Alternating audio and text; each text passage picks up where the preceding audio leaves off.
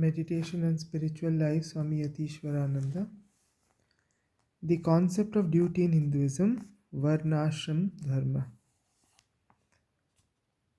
Hindu religion institutes four orders of society, each with a definite set of duties: the spiritual man, the warrior, the trader, and the laborer.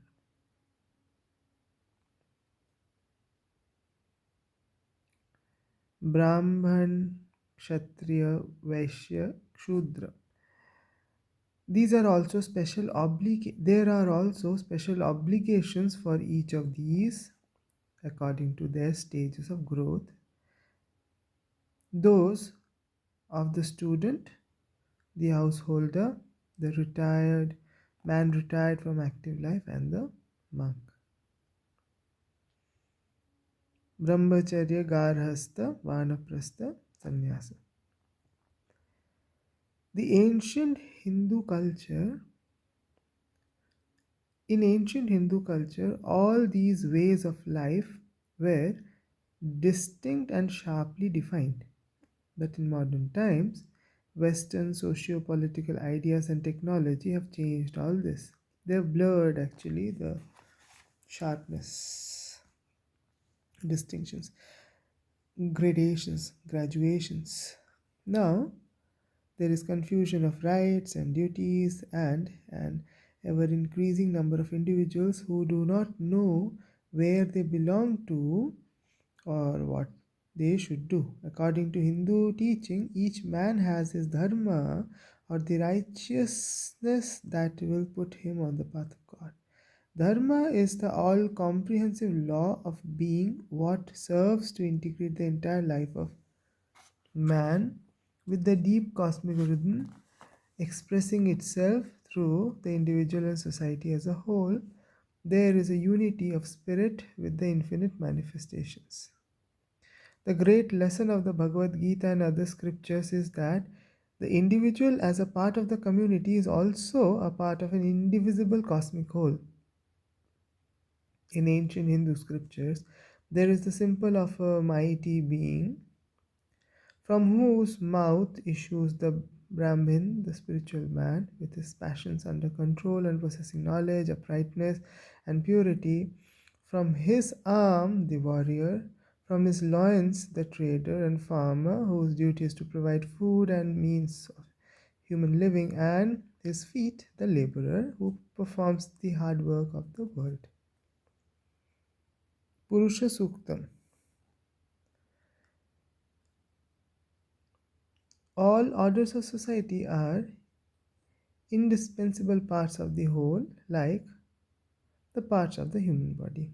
After the completion of the stages of the student and the householder, there is time for the life of retirement, and perhaps further for the life of anchorite, meditating in solitude, free from all attachments.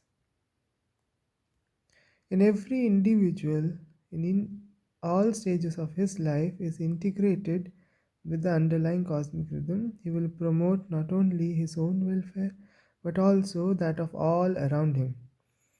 That is the highest duty of each one of us.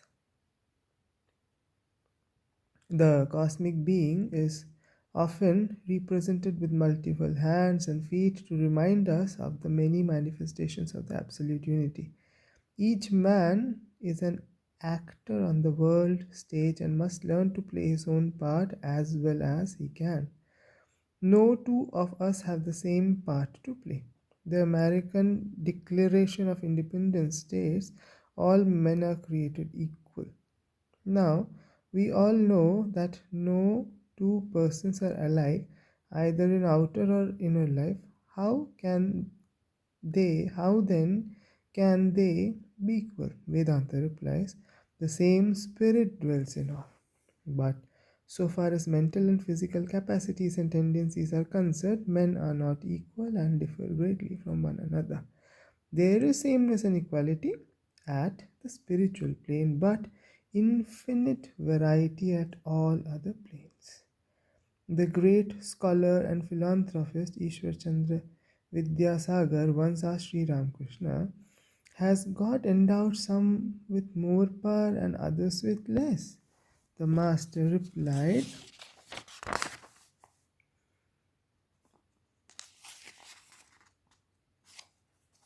as the all pervading spirit, he exists in all beings, even in the ant. But the manifestations of his power are different in different beings. Otherwise, how can one person put 10 to flight while another can't face even one? And why do all people respect you? Have you grown a pair of horns? You have more compassion and learning, therefore, people honor you and come to pay you their respects. The Hindu view teaches every man, the Hindu view teaches each man to take things as they are, find out his own capacity, discover the truth of his own being, and then follow his law of growth, his swadharma. So, Hindu view teaches each man to take things as they are, find out his own capacity, discover his level stage capacity, then discover the truth of his own being, and then follow his own path, his swadharma. He will then be clear about his duty to himself and to society. A certain young householder came to Sri Ramakrishna and said that he had decided to renounce the world and become a sannyasi. The master advised him to return to his family. Oh, my father in law can maintain them, the would be monk replied. Have you no sense of honor? Sri Ramakrishna asked him. After scolding him, he asked the young man to find a job and maintain his family. There is dharma for each individual, for every stage of ordinary life, and even the most workaday life partakes of the cosmic rhythm. By fulfilling the duties of life in the proper way, every man may attain spiritual progress.